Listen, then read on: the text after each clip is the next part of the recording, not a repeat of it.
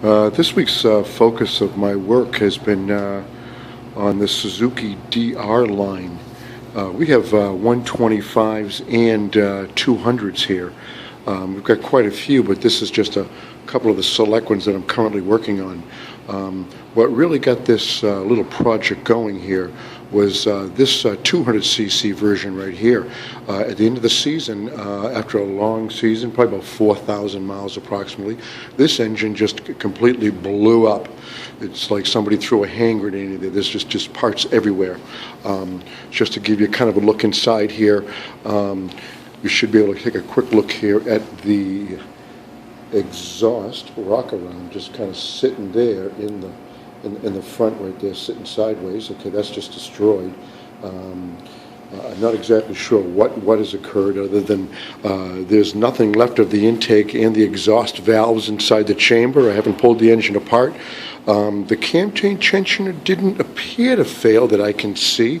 What you're seeing there is the new version on the 200 to your left here, and the older style that the 125s have actually come with. That's a manual adjuster versus an automatic adjuster. And I may chat about that again later. You can see here in the intake port here where it is just all kinds of metal just coming back out, being spit out the back of the engine. This is the spark plug that was in there. You can see that took a beating as things flew apart.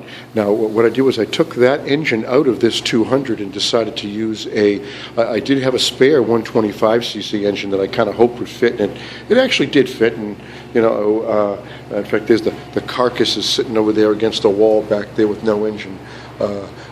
This engine swap did end up creating quite a few little issues of its own, being that it really wasn't the same engine. But back to the 200 and what's going on here. We have quite a few of these, and I needed to find out why this happened, because I can't have this happening to the other vehicles in the fleet. So what I've done is I've taken to checking valve adjustments and cam chain adjustments on all the DRs in the fleets. What I have found is that the 125s that had the manual style adjusters, boy, were those things loose. They just needed to be adjusted. It's not automatic anymore. The other issue that I came across was that the valves themselves, especially the exhaust valves on all of the motorcycles, had probably about 3 times the clearance that they were supposed to have. So I've adjusted all of those valves. This particular bike over here, this is let me get over here to the now 125cc DR, which again originally was a 200. This is the bike that the engine swap was for. Now, the issues that I ran into with this particular model when it came to the actual engine swap is it seems to me that the frame is probably the same for the 125 and the 200cc model.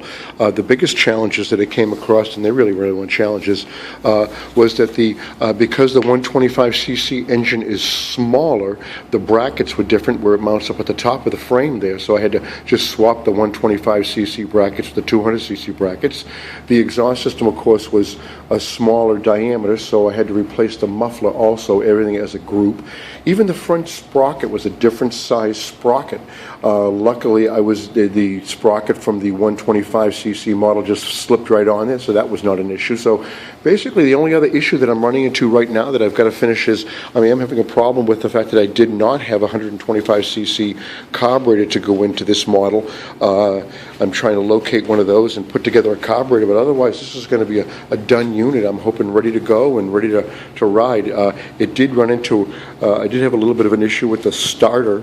It would work sometimes and sometimes it wouldn't work, but it turned out that, hey, you know what, somebody had been into this engine before and had actually stole a spacer that goes between this particular cover right here and that starter motor gear right there. So when the starter motor was spinning, it didn't really matter that it was spinning, because that gear was not actually catching the gear that is actually on the crankshaft, so the engine wouldn't turn. It would just zing along like nothing was going on. So basically I took that spacer right there, put it on the other motorcycle, and it starts up every time now.